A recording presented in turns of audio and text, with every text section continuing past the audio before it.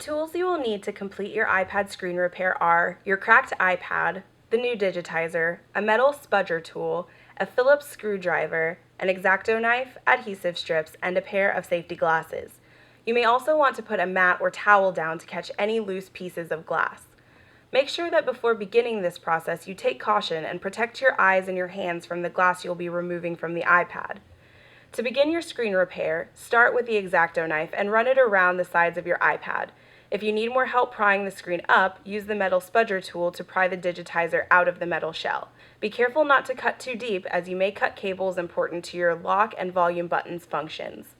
As you're cutting, make sure that you slow down near the area to the right of the home button.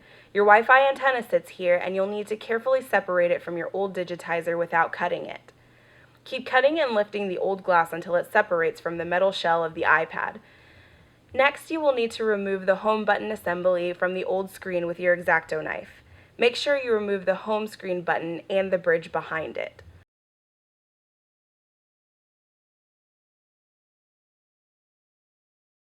Put your digitizer to the side while you start cleaning out the residual adhesive and glass that have been left in the shell as you were pulling out the old digitizer. Make sure to remove all of the glass and sticky pieces. Clean up the area around you before you start the next steps. You can pause the video here and resume it after the area around you is clean.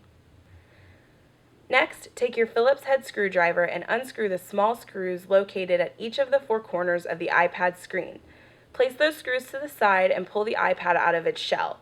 Be careful not to touch the screen because you'll get fingerprints on the screen.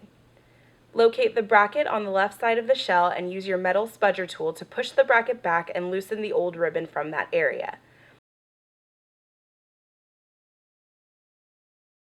Attach the new ribbon on your digitizer using the metal spudger tool to push the connection in. Make sure you pull the bracket back down to lock it in place.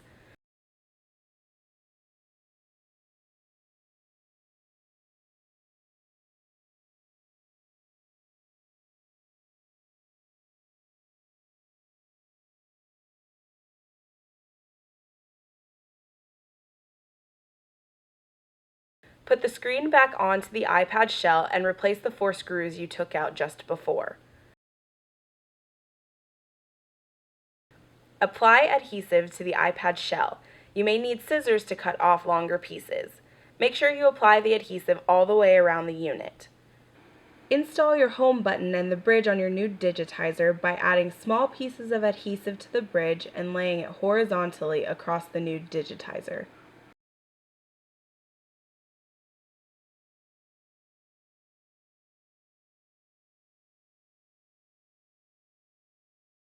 Carefully place the digitizer onto the body of the iPad after removing the protective film from the digitizer. Make sure to push it down in order to make the digitizer stick to the adhesive on the body of the iPad.